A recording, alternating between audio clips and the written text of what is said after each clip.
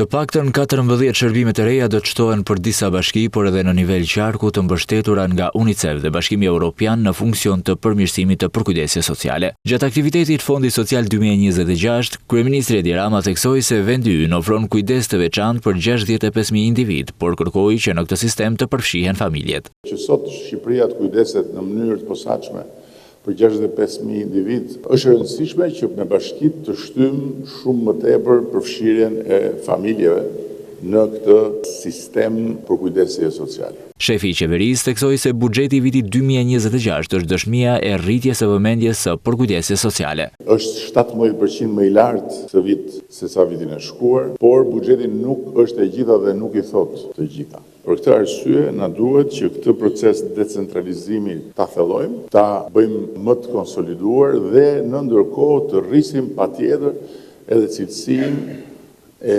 jetës nën strehët e kujdesit shoqëror.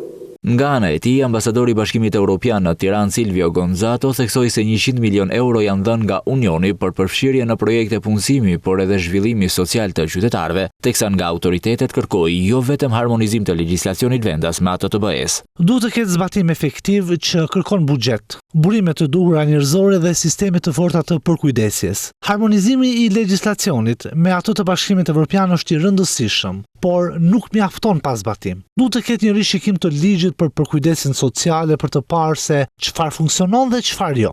E teksa falenderoi si Bashkimin Evropian për ndihmën ashtu edhe UNICEF, kryeministri nuk i kurseu batutat. Nëse Bashkimi Evropian i ka të dyja, ka edhe lekët, ka edhe mendjen, UNICEF-i nuk ka lek, po ka mendjen, ka edhe zemër. Kështu që kinezët thonë një mendje, hiç mendje, dy mendje, një mendje, tre mendje, dy mendje. Kështu që Bashkimi i mendjeve tuaja bën një mendje për ne, edhe mendja jonë, dhe pastaj zemrën e kemi vetë ne. Ta kanë edhe lekët që i kanë ato, s'kemi çfarë bëjmë.